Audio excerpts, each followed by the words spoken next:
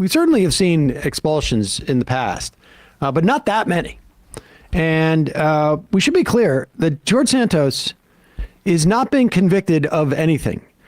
But I want to just add the word yet, because the ethics committee has looked at this stuff and they're like, this is nuts. Yeah. Honestly, it's nuts. And here is Representative Max Miller, Republican from Ohio, rising to say why he's going to vote against, he's going to vote for expulsion. We should say there was 112, almost half of the caucus. Well, probably about almost exactly half of the Republican caucus voted to not expel Santos.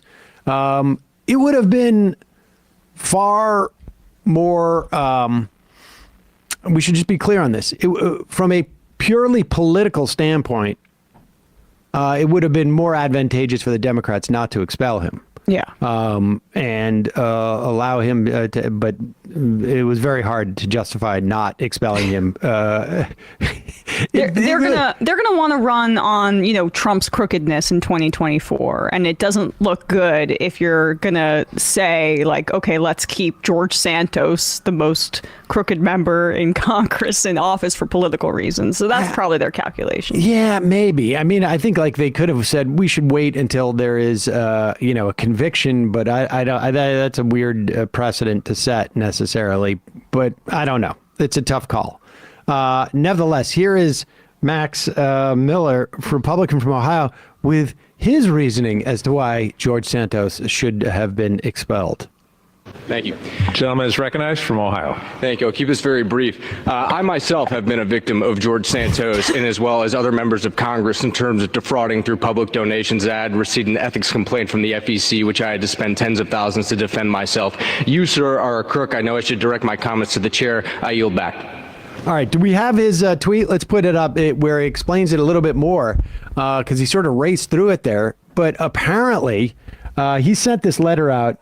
Late yesterday on the floor, I alluded to a personal impact of Representative Santos's conduct. Earlier this year, I learned that the Santos campaign had charged my personal credit card and the personal credit card of my mother for contribution amounts that exceeded FEC limits.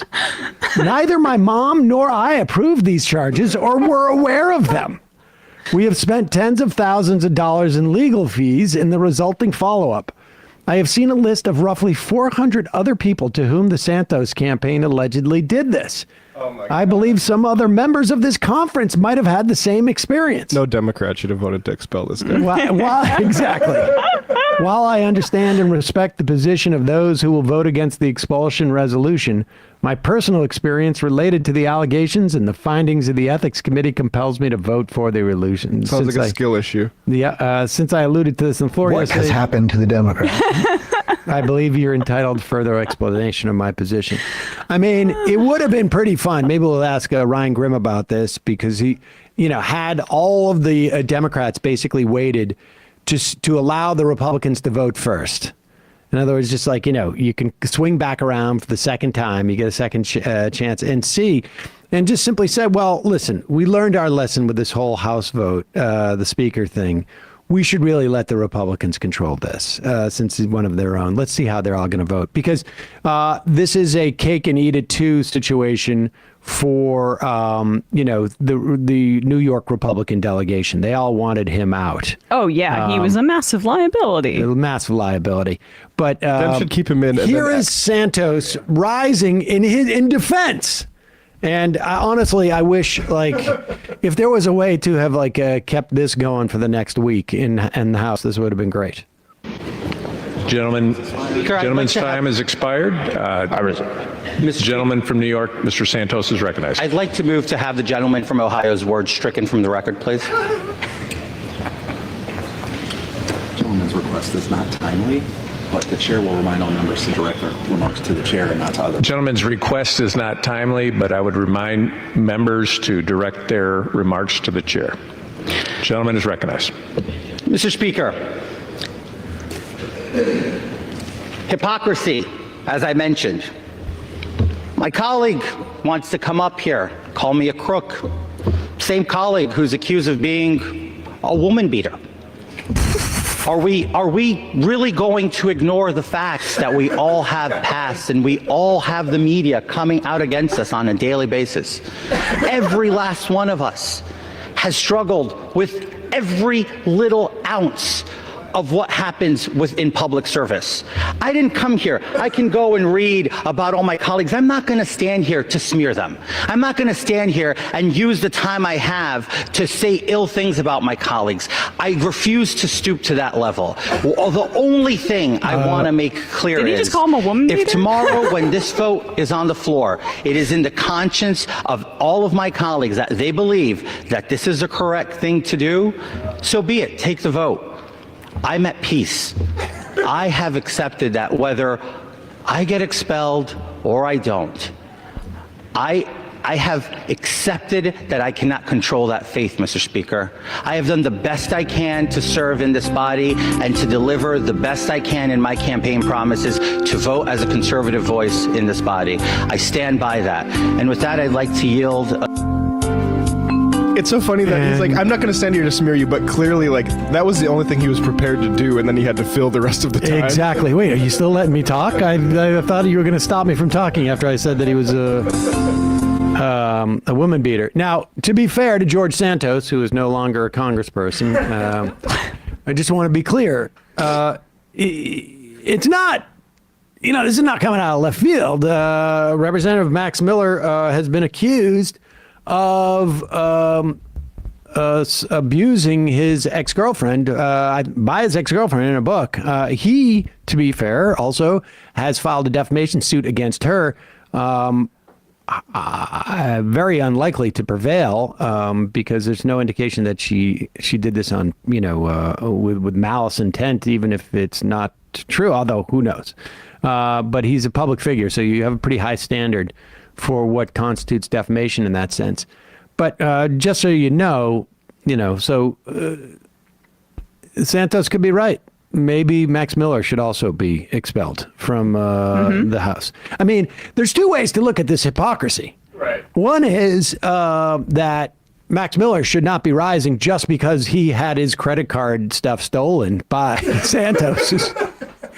And his mother's. And his mother's. Stolen by another member of Congress. I got to know how he got his mother's information. Or maybe we should just everyone should be held to account and they should be summarily expelled as well. It might be interesting to see this happen to Menendez.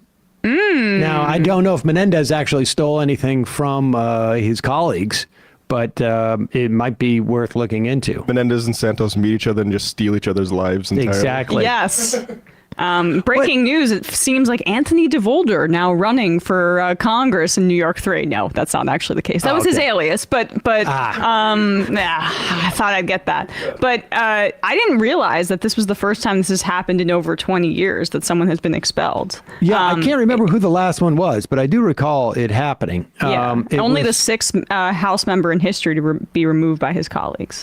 We should say, I love the idea that we all have something in our past, and that it basically, I guess the argument by Santos here is that unless you're literally caught, literally in the act. I mean, I haven't stolen any of my colleagues' credit card funds for over 18 months yet. Well, I guess it's probably closer to like 16 months. Let bygones be bygones. Also, what was her security code? Yeah. What was your mother's maiden name, sir? It was trafficking. The first car you drove. I hope he tells all. Not that he probably got any real information like Madison Cawthorn, but I hope he just burns it all to the ground. Santos? Yeah. Oh, well, there's no doubt that Santos is going to try and write a book. But of course, it's all going to be lies. The guy is a pathological, con person. Do you think we could get him on the show? Yes, I do. As a regular guest. The Republican Roundup with George Santos. Yes. For the Republican perspective on this, let's bring in our expert. A standard Republican. We'll talk more about this with Ryan Grimm, D.C. bureau chief at The Intercept and author of The Squad, AOC and the Hope of a Political Revolution, coming out in just days. And now's the time to buy that book, but I'll let him make that pitch.